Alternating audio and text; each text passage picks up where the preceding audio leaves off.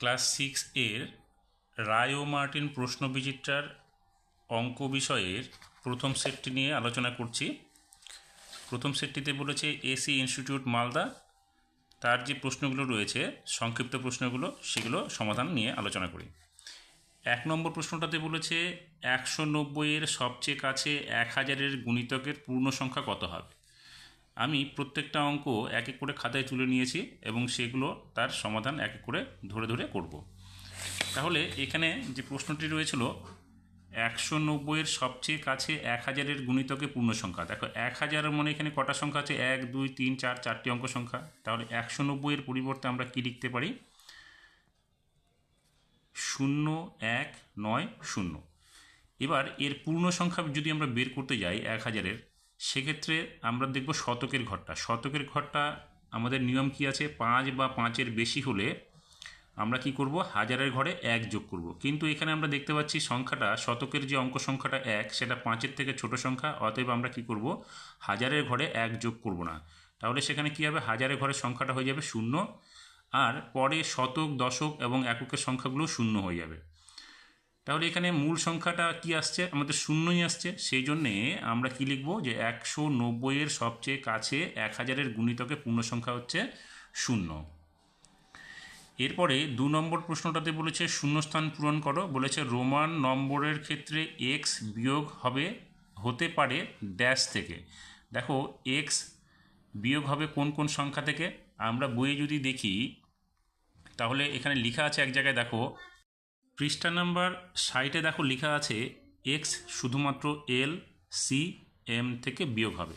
তাহলে আমরা এখানে শূন্যস্থানটাতে কি লিখব, এল কমা সি কমা এম। তাহলে এখানে লিখব আমরা এল কমা সি কমা এম, হয়ে গেল। এরপরে 3 নম্বরে বলেছে 83-এর মধ্যে এক্স কতবার আছে। তাহলে 83 সংখ্যাটাকে আগে আমাদের রোমান হরফে লিখলে কি দাঁড়াবে, দেখো 83-কে যদি আমরা রোমানে লিখতে যাই তাহলে আমরা লিখব, এখানে আমাদের 50 লাগবে। তাহলে 50 লিখতে গেলে কি হবে, 50কে আমরা লিখি কত, এল দিয়ে। তাহলে এখানে লিখব আমরা এল, 50 হলো, তারপরে 60, 70, 80, তারপরে আরও লিখবো আমাদের 3। তাহলে 1 2 3। তাহলে আমাদের এক্সট্রা কতবার আছে, 3 বার। তাহলে এখানে আমরা লিখব 3 বার, হয়ে গেল। এবার 1/3/5 ভগ্নাংশটিকে শতকরা প্রকাশ করলে হবে। তাহলে 1/3 সংখ্যাটিকে আমরা ভাঙাই। তাহলে 1/1/3/5 কত হবে, 5 একে 5, 5 আর 3 যোগ করলে 8 হবে। তাহলে উপরে হবে 8, নিচে হবে 5 গুণ 100%। 5 দিয়ে 100-কে কাটো, তাহলে এখানে কত হবে 20, অর্থাৎ 8 দুগুণে 160%। তাহলে উত্তরটা আমাদের কোথায় গিয়ে দাঁড়াচ্ছে, দেখো উত্তরটা হচ্ছে আমাদের কত, 160 হলে সি নাম্বারটা হবে। তাহলে এখানে আমরা লিখব হচ্ছে সি নাম্বার, 160%।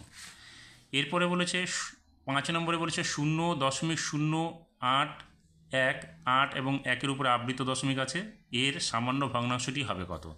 তাহলে আমরা এর পরিবর্তে কি লিখতে পারি, আবৃত দুটো আছে মানে দুটো 9 হবে। এবার দশমিকের পরে যেহেতু 3টে ঘর, তাহলে আমাকে এখানে একটা 0 দিতে হবে। তাহলে উপরে কত হবে 8 1। এবার এটাকে যদি আমরা কাটি তাহলে দেখো 9 দিয়ে কাটলে 9 নং 81, আর এখানে হবে 11 আর একটা 0। তার মানে কত হচ্ছে 9/110। এই অপশনটা আমরা পেয়ে যাব 9/110। এখানে দেখো বইয়ের মধ্যে দেওয়া আছে 9/110, কত, বি নম্বর অপশনে। তাহলে এখানে আমরা লিখব বি নম্বর অপশনটা 9/110।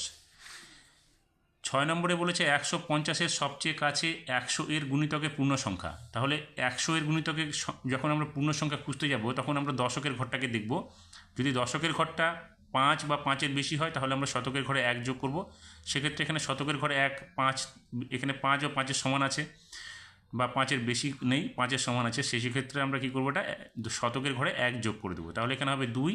আমরা কি করব, দশক এবং এককের ঘরে 0 0 করে দেবো। তাহলে কি হলো, 100-এর গুণিতকে পূর্ণ সংখ্যা কত হলো, 200। অপশনটা এখানে কি আছে, দেখো অপশন আছে সি নাম্বার। তাহলে আমরা লিখব সি নাম্বার 200। তাহলে এখানে লিখে দেবো সি 200। এরপরে 7 নম্বরে কি বলেছে, সংখ্যাগুলো দেখো এখানে 0.2 0.06 গুণ 0.03 এর মান কত হবে? আমরা প্রথমে কি করব, সংখ্যাগুলোকে গুণ করব। তাহলে 6 দুগুণে 12, 3 বারং 36, আমরা 36 লিখে দিলাম। এবার দশমিকের পরে এখানে 1 ঘর, এখানে 2 ঘর, তাহলে 3 ঘর, এখানে 4 5, তাহলে 5 ঘর, তাহলে 1 2 3 4 5, তারপর দশমিক 0। তাহলে এই সংখ্যাটা কোথায় আসবে আমাদের?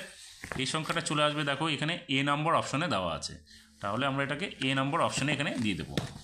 তাহলে অপশন হয়ে গেল আমাদের এ নম্বর।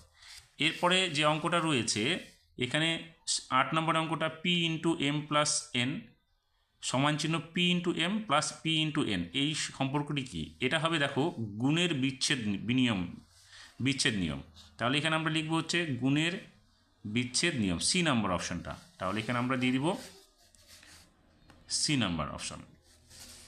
এরপরে বলেছে 9 নম্বরে 3টি বাহুর দৈর্ঘ্য এ সেমি, বি সেমি এবং সি সেমি হলে যেখানে a greater than b greater than c কোন শর্তে ত্রিভুজ তৈরি করা হবে? আমাদের ত্রিভুজ তৈরি করতে গেলে যে শর্তটা সেটা হচ্ছে ছোট দুটির বাহুর সমষ্টি বৃহত্তম বাহু থেকে বড় হতে হবে। তাহলে এখানে দেখো 3টে বাহুর মধ্যে বি এবং সি এই দুটো বাহু ছোট, আর এটা হচ্ছে সব থেকে বড়। তার মানে আমাদের শর্তটা হতে হবে b plus c greater than a, অর্থাৎ ছোট দুটি বাহুর সমষ্টি বৃহত্তম বাহুর থেকে বড় হতে হবে।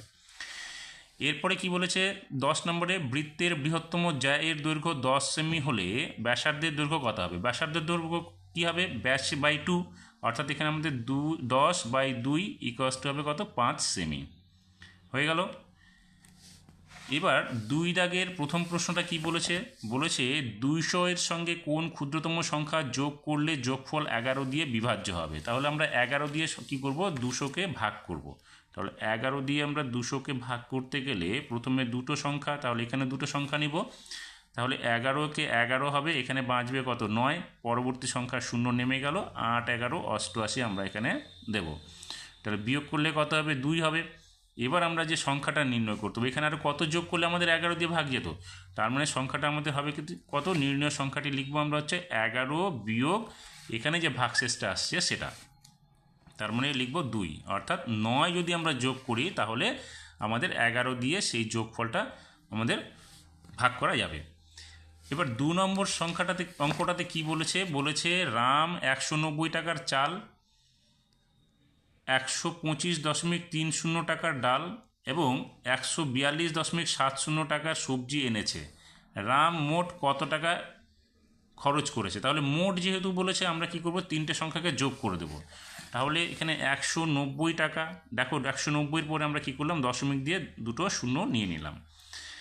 এবার প্রত্যেক সংখ্যাকে যোগ করতে যাচ্ছি, 0 0 যোগ করলে এখানে 0 হবে, 3 আর 7 যোগ করলে 10, 10-এর সঙ্গে 0 যোগ করলে 10 হলো, দশমিকের ঘরে দশমিক বসিয়ে দিলাম, হাতের একটা এখানে নিয়ে এলাম, 2 এর 3 হলো, 3 আর 5 8, 8-এর সঙ্গে 0 যোগ করলে এখানে 8 হলো, হাতে কিছু থাকলো না, 4 2 6, 6-এর সঙ্গে 9 যোগ করলে 15, 15 5, হাতে থাকলো 1, 1 আর 1 আর 1 যোগ করলে 3, হাতের 1 যোগ করলে 4 হবে, অর্থাৎ 458.00। তার মানে হচ্ছে 458 টাকা মোট খরচ করেছে।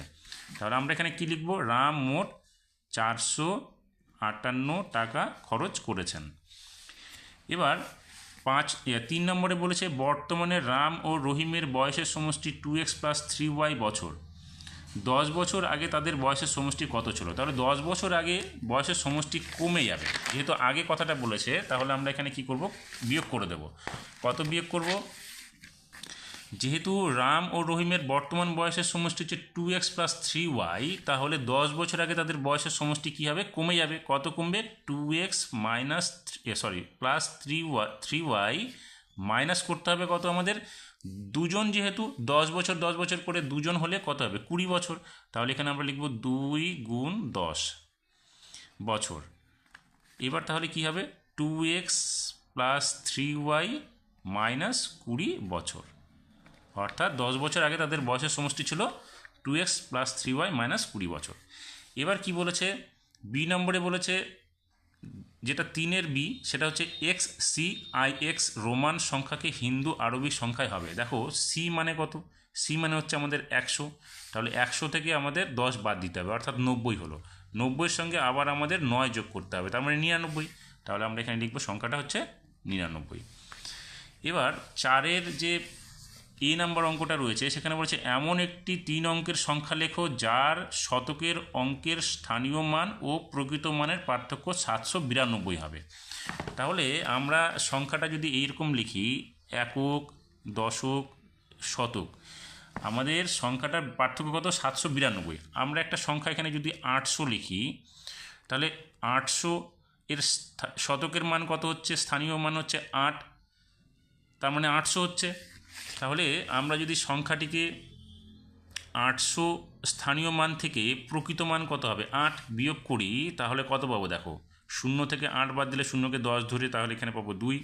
আর 80 হলো, এখানে 10 ধরো, 10 থেকে এখানে হাতের একটা বিয়োগ করলে এখানে হয়ে যাবে 9, আর হাতের একটা এখানে আবার এখানে 7 থেকে বিয়োগ 8 থেকে বিয়োগ করে তাহলে হবে 7। তার মানে আমরা যদি সংখ্যাটাকে 800 ধরি, তাহলে 800 এর 8 হচ্ছে শতকের ঘরের স্থানীয় মান হচ্ছে 800, আর প্রকৃত মান কত? 8। তার মানে হচ্ছে 800 থেকে যদি 8 বিয়োগ করি তার পার্থক্য কত হচ্ছে? 792। সেক্ষেত্রে আমরা সংখ্যাটা এখানে লিখতে পারি 800।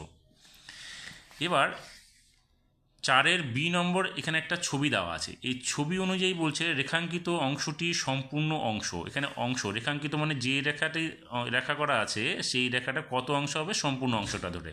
তাহলে আমাদের প্রথমে কি করতে হবে? এখানে কয়টা ভাগ আছে? 1 2 3 4 5 6 7 8টা ভাগ। তাহলে আমরা নিচে লিখব 8টি ভাগ।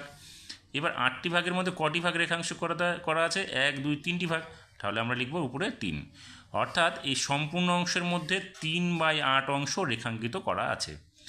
এইভাবে আমাদেরকে 1 এবং 2 দাগের যে প্রশ্নগুলো রয়েছে তার সমাধান সম্পন্ন করতে হবে।